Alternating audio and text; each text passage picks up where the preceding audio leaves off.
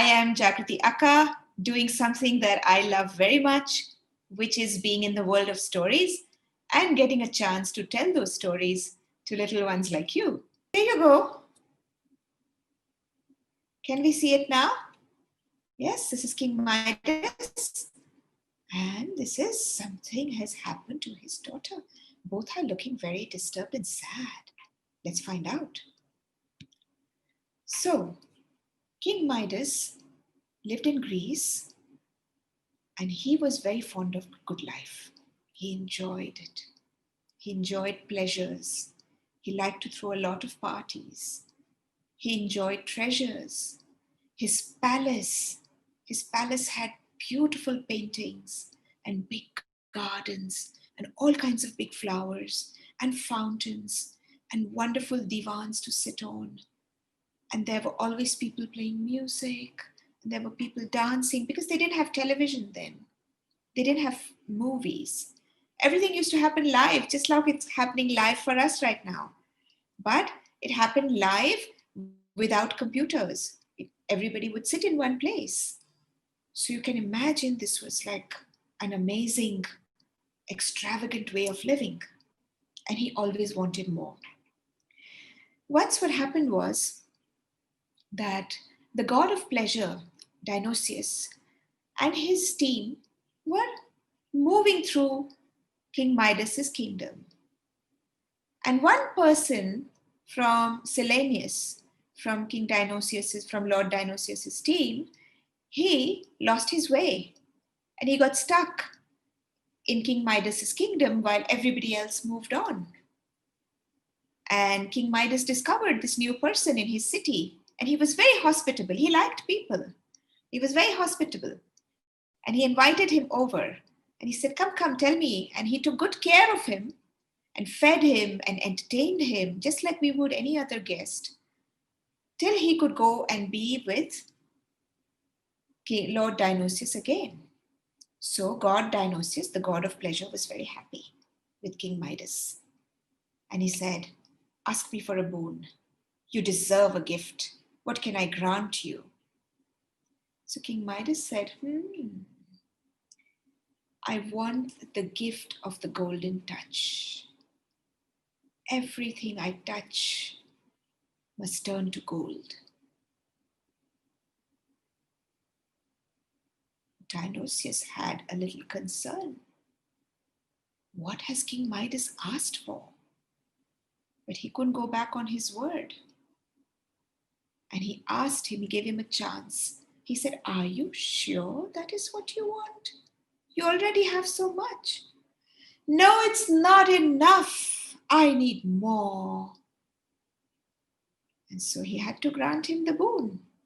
And then when King Midas turned around and he touched a fan, it became gold. He touched his throne, it became gold. He touched a pillar, it became gold. Wow, he went mad. He went into his whole palace touching everything, and the whole palace became gold. And then he was tired with all this running around, right? Too much excitement and tired and hungry. And so he reached out for an apple. And you know what happened? It became gold. He couldn't eat it. Oh, he threw it. He got angry. He said, what is this? He picked up a glass to have some water. Oh, it became gold. He turned around to his best friend. His best friend ran away. His ministers ran away. He said, oh, please don't touch us. Please don't touch us. And that's when King Midas realized his folly. What had he asked for? He was so disturbed. He would never be able to eat again. He would never be able to drink again. He would never be able to touch anybody again. Everything is turning to gold. Oh my God. At that moment, his little daughter, who had been playing in the garden, she ran in. Papa, Papa. He tried to put his hands out. He tried to say, no, don't. But she was too fast.